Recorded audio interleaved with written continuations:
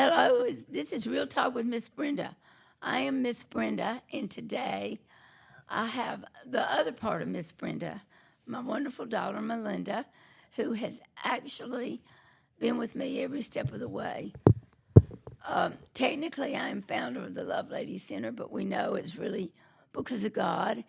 And my daughter has been with me every step of the way in everything that we've done. I am probably the most blessed woman in the world to have her as a daughter. Now that's probably true. No, that's not true. Just play. This is a serious show. This is a serious show. Yeah, this is going to be But serious. I don't want to talk about me. I want to talk about Lovelady. Well, we're going to talk about Lovelady, but just keep calm. This is so special to me because this is our 20th year in a few days. On October 5th, we brought our first women into our home, into my home, and our lives have never looked back and never could have imagined where we are today. We began with 7 women from Tutwiler, and now thousands have been through the program. When we started the ministry, it was a time in our lives when things were very hard, and I knew God had called me to serve. I didn't know exactly how. If I had known, people ask me all the time, would you have still done it? I don't know. I like to think I would have, but there have been so many times in the last 20 years. 20 years, Melinda. Yes, 20 years. 20. And when we started, they thought we might last 6 months. It is all, hand me that book, darling. No, the other one. Yes. The story of the start is in this book. I felt like it was very important for us to tell our story. So this is our first book, and it tells how we got started, what we did. Very, very easy reading, and now they are going to make a movie out of this book. And then the second book is right here. It finishes the story of where we are now, plus so many stories of our women that are in here. Okay, I can't help it. I got to interrupt. So we've been talking about this movie for a long time now. Can you please give us an update? Oh my gosh, Hollywood time is so different than our time. I've never seen anything like it. Presently, Lionsgate has it, and I believe that they will get the movie made. COVID came in. There was a strike that came in. There was a divorce, and who owned, not in our part, but a man and woman had bought the movie right. They got a divorce. There was a fight in there about who got the rights. And all the time we're just sitting by patiently doing what we would do if there wasn't a movie. And I don't know if you and patient, if you can say that in the same sentence. Yes, but I'm going to say it in the same sentence. You can say it. I don't know if it's... But so you're just saying normal... So you're saying normal... So delays. Just as we have delays in our life, the movie has had lots of delays, but we believe in God's timing. It's going to come out. Just as I know it is. I know. I believe with my whole heart. We teach our girls. God spoke to me about this movie. We teach our girls his timing is not our timing, and so we're going to say the same thing about this movie. You know, I can look back and say, well, if we had done the movie 5 years ago, it wasn't time. It wasn't time. Can you even think it was time? No. You know, and they started casting. I can't say who's playing who, but it has been. I was hearing about Yellowstone and some of these things that are just now coming. Some of them have been on the table being planned for 15 years. I thought, gosh, I'm going to be so old. They're going to have to push me in a wheelchair to go watch the movie. And you know what? I've decided I'm okay if I have to get pushed in a wheelchair. I'm very excited about what God is doing, so excited about what God is doing in the ministry that I cannot concentrate on just a movie. People think that we want the movie because of us, but let me tell you, that really has nothing to do with it. Do you know how many lives, how many women may go see that it will touch them and it could change their life? That's how, when I write the book, I'm writing to people. I think that they can look and see, and they can say, well, if this can happen to her, then it can happen to me.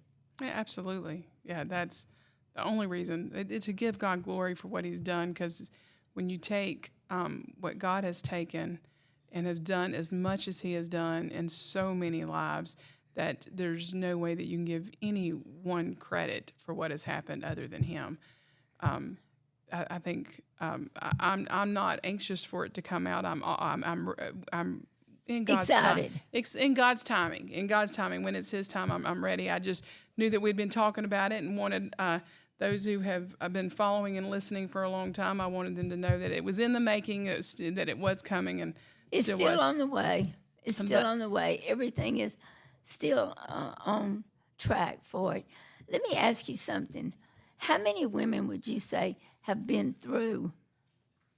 I mean, we can safely say over 16,000, close to 17,000. We didn't start keeping great numbers until 2010, but we were able to estimate over the years. But 16,000 women, and even if their life isn't changed or they might have gone back or something, that is 16,000 lives that God has touched one way or other through this ministry. And I was going to be happy with 7. When I had 7, I don't think you were ever going to be happy with 7, because Yes, I 7 only was. lasted for a few days. So I don't. But anyway, that's okay. Well, I mean, I wasn't looking for 16,000 women to come traipsing through here. No, and they couldn't all fit in Hob Hill either.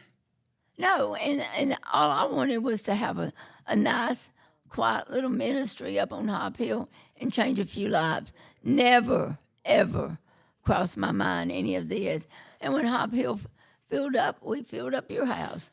I was thinking about, and I know we're talking about timing, but when we're thinking about the first 7 that came, and then yesterday baptizing 79, I believe it probably 72 women, and then some children. So it was absolutely.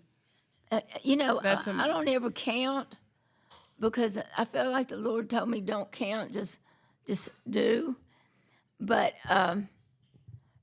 now that we have a board where it shows all the baptism pictures, and the baptism pictures are on top of other baptism pictures, on top of pictures, on top of pictures.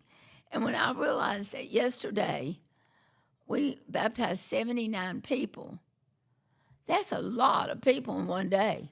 It was a lot of people, and each one, and I remember at one point being tired, and we'd been there for a while, and I was like, Lord, how long are we going to be doing this? And then I'm like, and then it's just like when I realized that every single life was, as some would get in with hope, some would get in, you could see remorse or brokenness, or you could see it getting into the baptism, and you could just see that they were legitly and for real surrendering their lives to Jesus. It was beautiful. I just remember about the 79th one, I was looking for the 80th. I didn't want it to end. It was beautiful. How it is. It was beautiful. I hurt my knee. I hurt my knee several weeks ago, and I'm really struggling with it. I have to have a brace on my knee right now, and I'm really struggling with it. And I know everybody was coming up to me and saying, is your knee all right? Is your knee all right? And at one time I said, my knee is fine. And they said, well, you've got a lot more. And I said, you know what? If I'm standing here tonight, I'm still baptizing, my knee will still be fine. But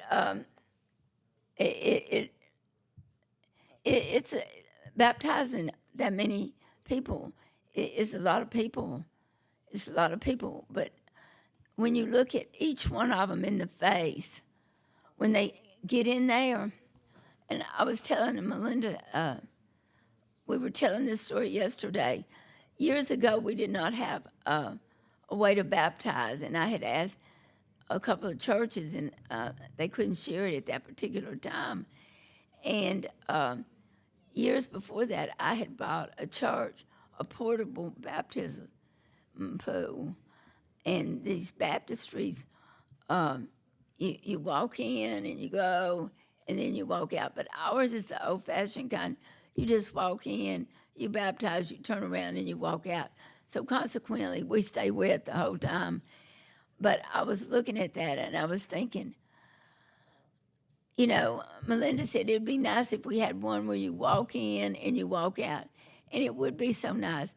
But I don't know if I could retire Old Faithful.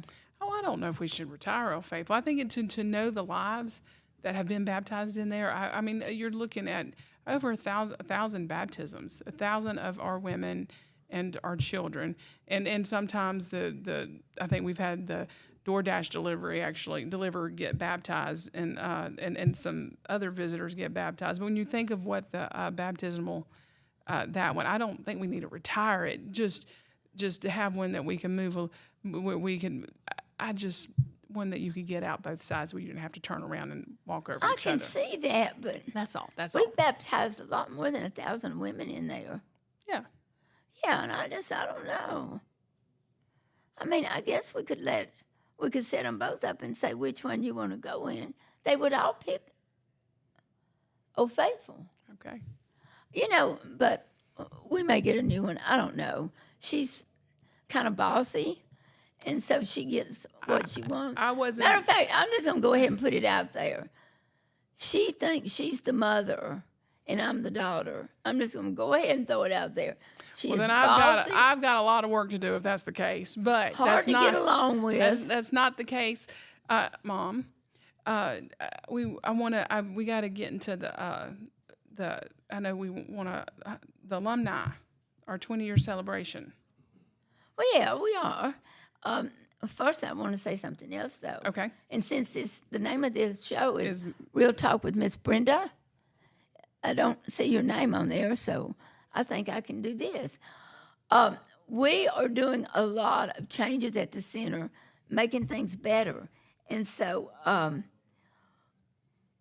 we are doing a beautiful boutique kind of store inside Irondale right now that highlights all the talents our women have in all of this. There's paintings, there's bracelets. Oh, my goodness, and it is so beautiful. I am so excited. The grand opening is not this Tuesday, but the next Tuesday. So I'm sure when you're seeing this, it's probably going to be tomorrow. But anyway, I am so excited about it, and so we have these shirts. And we need to talk about these shirts. Yeah. Mine says Women of the Bible, which I think is absolutely beautiful, and I love it. And that was the shirt that I asked for when she brought me this shirt, and she said it. She says Woman of God. Make sure y'all can see it. It says Woman of God. And mine says Women of the Bible. Make sure you see. And so I just wanted to tell a little story. I had said I wanted the Women of the Bible shirt because I thought it was just so cute and beautiful. It is. It's adorable. It is. And these are so comfortable. And I was like, I got to have me a shirt like that. Well, then they bring me this Woman of God shirt. And I thought, well, it's beautiful and I love it. I love the font. It's still comfortable, but I just don't feel comfortable wearing a Woman of God shirt. Like if it had underneath it in parentheses, I'm really trying, I might like it better, but it just to me, it's like a really bold statement. So I call Mom. Mom calls me and she goes, "What do you think of my shirt? What do you think of your shirt?" I said, "Oh, I love it, Mom. It's great, but I don't think I can wear it." And her feelings got hurt because I said I didn't know if I could wear this Woman of God shirt. But I feel like people are going to be looking at me. They are. And think they are looking at me. So you ought to act like a woman of God. I know, but I need them to see it, not read it. I want them to see that I am. That's what I'm striving to be. Maybe we can stamp on there.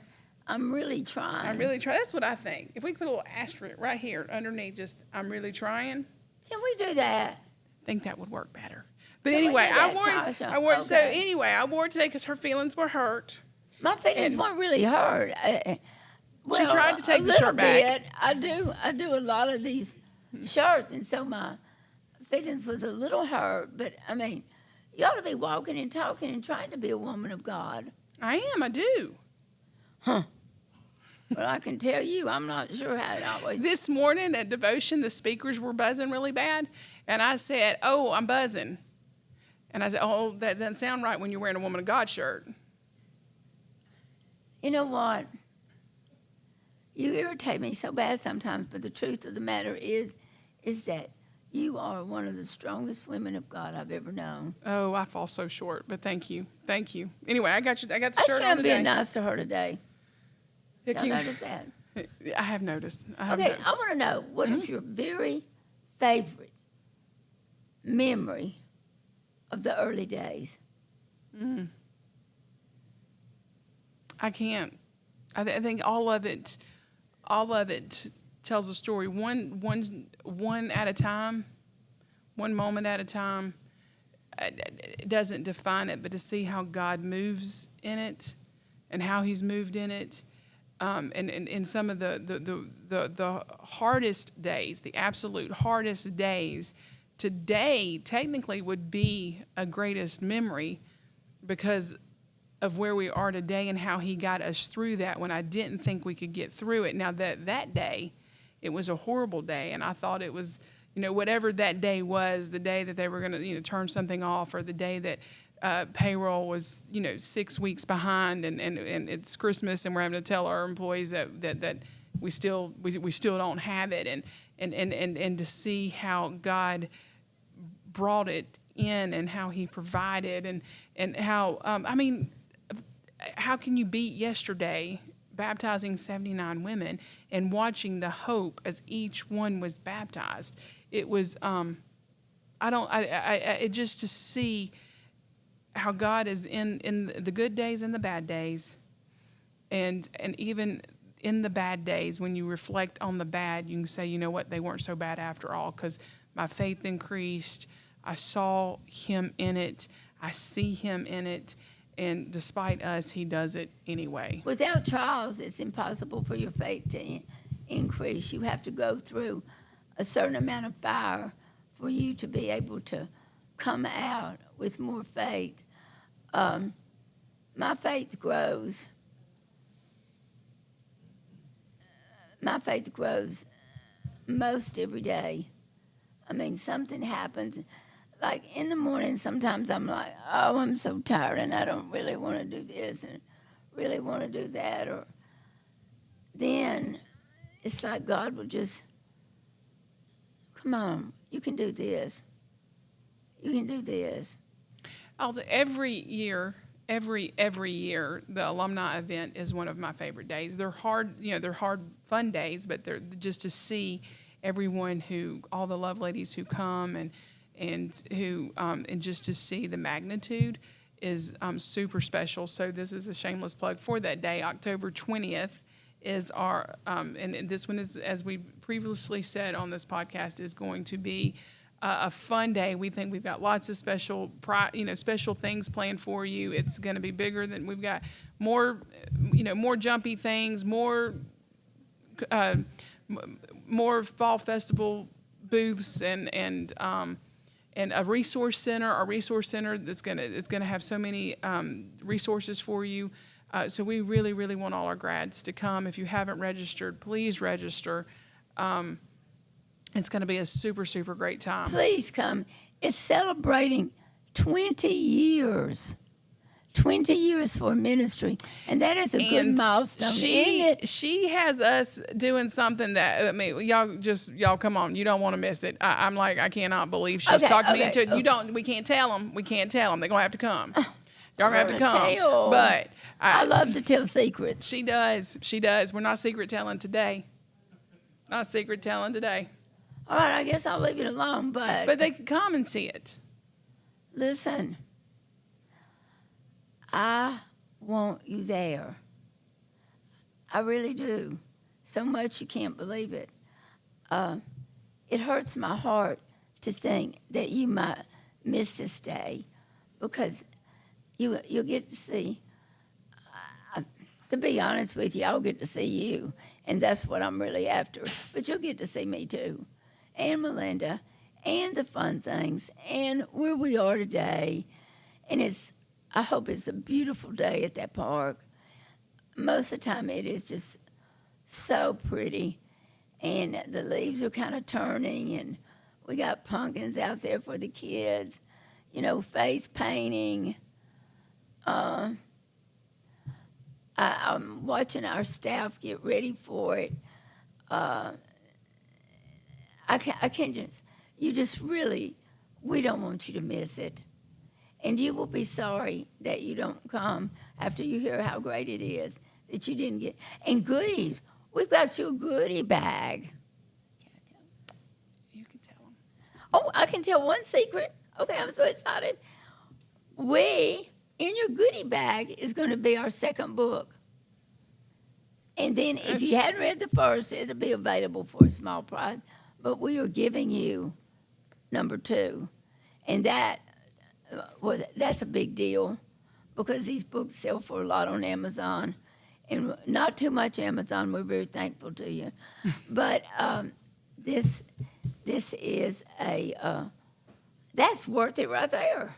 Because then, who knows, you may even be in it. I think about the first baptism that hit me so hard yesterday. That's one of my favorite memories. When we borrowed the baptistry and we got it over there, and we thought it was a lot. There were 4 girls or 5 that were going to be baptized. And if you're one of those girls, let me just tell you, that's always in my memory. Nobody was there except Melinda and me, because in the early days, it was me and Melinda and Shay. And so what happened is that when we got the baptistry and we borrowed it, we didn't borrow the steps. We didn't have a way of getting in. And after I realized that, I thought, oh my gosh, we can't do this. And so I said, well, we can't do it. And we don't have a step. And this lady said, but my mama's coming. I said, oh, okay, well, mama's coming, we'll baptize you. But I hope nobody gets hurt trying to climb in and out of this thing. So we filled it up to the brim. I mean, boy, we got that thing so full. And when the first lady started climbing in and splashing, and she sat down, all the water came out and hit us. And I mean, like, it was cold, you remember? And it was already turning cold that night. And I'm like, oh my God, now I'm soaking wet. And now I've got to stand here and baptize, and I'm tired, and I'm hungry, and I don't want to do this, Lord. I don't want to do it. And now I've done that. Somebody's going to get hurt. But we went ahead and we baptized and got soaking wet. And, it's like you could feel the Spirit of the Lord that night as much as I've ever felt Him. And I'm standing there, and I'm so torn because I know we're doing the right thing, but it was cold and kind of miserable, and I am human and am a complainer. So that's enough, Melinda. Okay, go ahead. Go ahead. Just I agree would have been I'm ready sufficient. for the good. I'm ready for the good part. You're cold. So, you're hungry. You're wet. I got you. I said, well, if nobody else wants to be baptized, that's it for tonight. I'll dismiss us. And in the back, this lady's kind of sang a cappella. Yeah, a cappella, yeah. And she started singing, I have decided to follow Jesus. And she came up to get baptized. And my goodness, she sounded so good. And then several more women joined in and said, I have decided to follow Jesus. And they were singing. And it's like the Spirit of God was just putting them in. Nobody got hurt, putting them in that.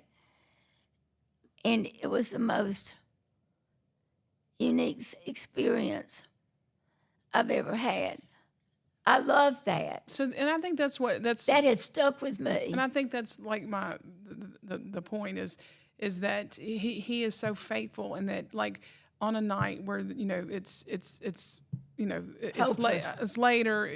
We have our plan. We love to make our plans and we love to think that this is how it's going to go. And then when it starts to sway, then we're ready to give up and get defeated. But in the midst of it being a mess, an absolute mess, we didn't have the stairs. We didn't know what we were doing. We filled it up too much. And then and then like the Lord's Spirit is still faithful. And I think He just loves, I think that's one reason that the center has been successful, not at our failures, but at His faithfulness. His faithfulness has covered a multitude of our mistakes. And so those beautiful nights, like, I've decided to follow Jesus. I can think of so many things that we've put so much effort in, and then then we're like, okay, this isn't like we wanted it to be, but then the Lord immediately takes over. And I think that's been the theme for 20 years.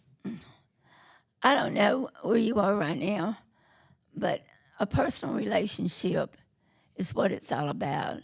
You got to get that personal relationship with Him. And my goodness, I love Him so much. And that same Jesus that I love, I'm sharing with you. I want you to love Him like that. There are times when I felt like I had to quit. One time, I was going to go in and tell Melinda that I was quitting, that I just couldn't do it anymore. And this wonderful man that's one of our volunteers that I love so much, Father William, came to the door. And he said, could he see me a minute? And I thought the last person I wanted to see was Father William, because he's always so uplifting and all this, And I was ready to be in that gutter that day. I was ready. And he came in and he said he was talking with his Lord that day, and they were walking in his garden, and I could envision that. And he said, and let me tell you, he said, I believe that the Lord showed me if he was talking with someone and walking this earth today, it would be you in these halls with these women. And I just kind of sat there. Well, I don't know about you, but if Jesus is going to be showing up, I want to be there. So I decided, well, I wasn't going to quit that day. And I don't think you've ever thought about quitting. Quitting, no. But are there days where I want to hide? Yes. Well, I'm not a hider. I'm a quitter. No, I'm not really a quitter. You're not a quitter. Not a quitter. I am not a quitter. I think the Lord will put us, for us, He's put us, there comes a point where you're so far in. Yeah, you can't. It'd be harder to get out. That's what I was thinking that day. I could get a bus to come pick them all up and take them somewhere. And, and then can you imagine looking at them and saying, I quit and I'm sending you back to Totewile or the court or something like that? Ladies, you don't know. You don't know what a responsibility it feels like. But let me tell you, I give it to the Lord. When it gets more than I can handle, I'll just say, Lord, it's on your shoulders today, not mine, but yours. Every day. It seems like a lot of my favorite memories are around baptism. Maybe it was because yesterday was baptism. But do you remember when we baptized in the Gulf? Yeah, I was not there. I was at the center. But yeah. She wasn't there. Oh, well, missed a good one. Somebody had to stay and take care of the center while you were baptizing in the Gulf. That was me. Oh, see how she has to make me sound. Yeah. Yeah. Yeah, well, Shay had it in her head she had to be baptized in the Gulf. She kept calling it the ocean. I said, Shay. She said, no, I've got to be baptized in the ocean. Got to. I said, oh, well, we're going down there. And so all she could talk about is getting baptized in the ocean. So we get down there, and we had taken them on a trip, and it was a great trip. And the day came when we were leaving, and that's her big baptism in the ocean day. And so it was cold, and the wind was blowing, and the waves were high. And I'm like, my gosh, Shay. She said, I got to do it. And I said, okay.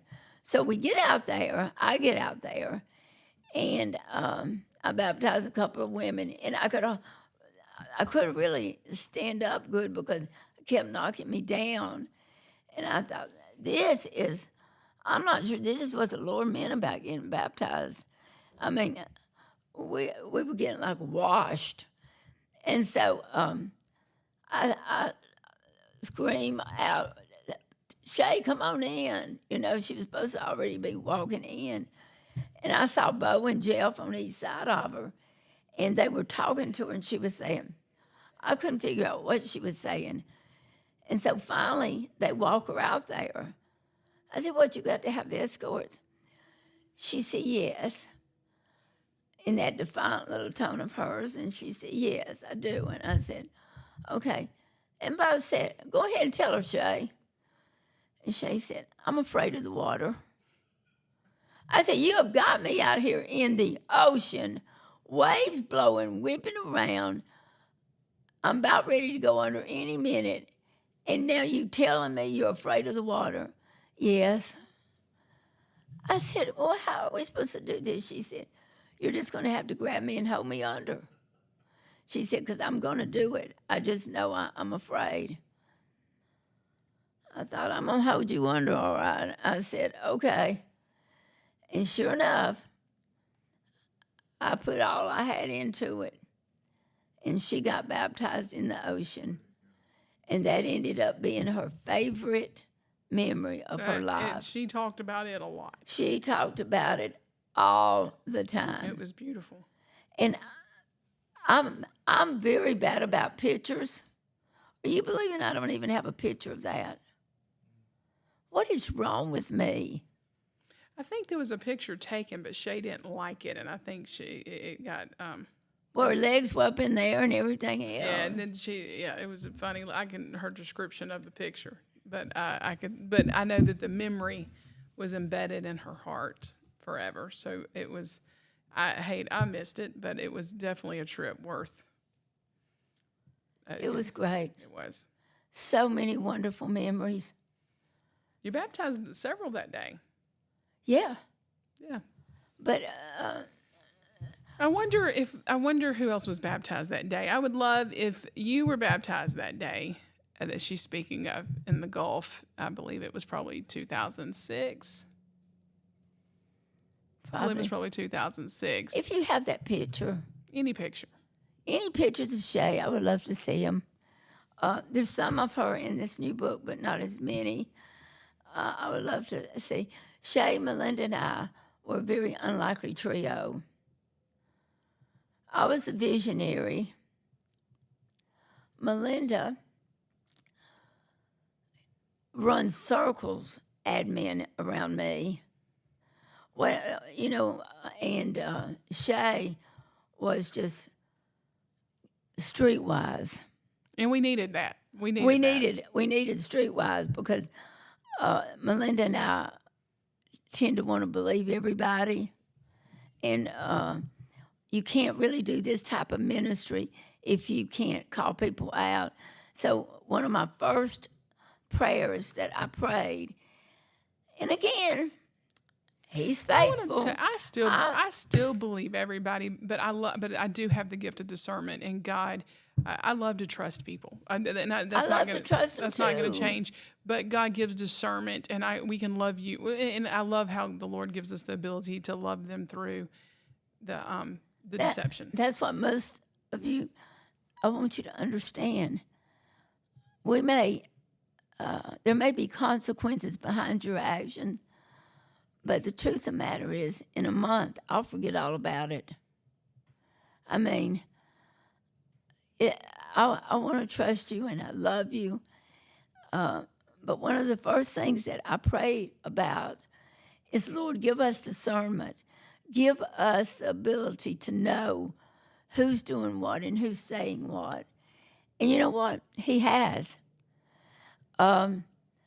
so much discernment. I mean, I can pretty well tell a lie from the truth. God has really, in spite of, this is what is so remarkable, in spite of our weaknesses, he just raises right up and keeps things in the middle of the road for us. He does. And I know that he does that because of his love for the people that he has brought to us. I tell the girls all the time that to go to the extreme in the provision that God has done to make the Lovelady Center possible, I know it's because of his love for those who come to the center. His love is unmeasurable, and it's beautiful. One of the questions that I'm asked all the time, and I'm sure you are too, is why with seemingly normal people. Normal's overrated. Go ahead. What would make us just do what we do? Oh, and normal's overrated. I want to say I think that ship sailed a long time ago for us, but I think we're the most blessed individuals. I mean, I think we're very blessed to be able to do what we do, and I hate for anyone who is not living their purpose that God gave them. I want to encourage you to turn that. We've all got a God-given purpose. Let's live it out. God has a purpose for you, just as he had one for me and for Melinda. I think that's our time. Oh, my goodness. We're not through. Oh, we got to go, y'all. I'm sorry. We love you. God bless. Yes, God bless. See you on the 20th. See you later.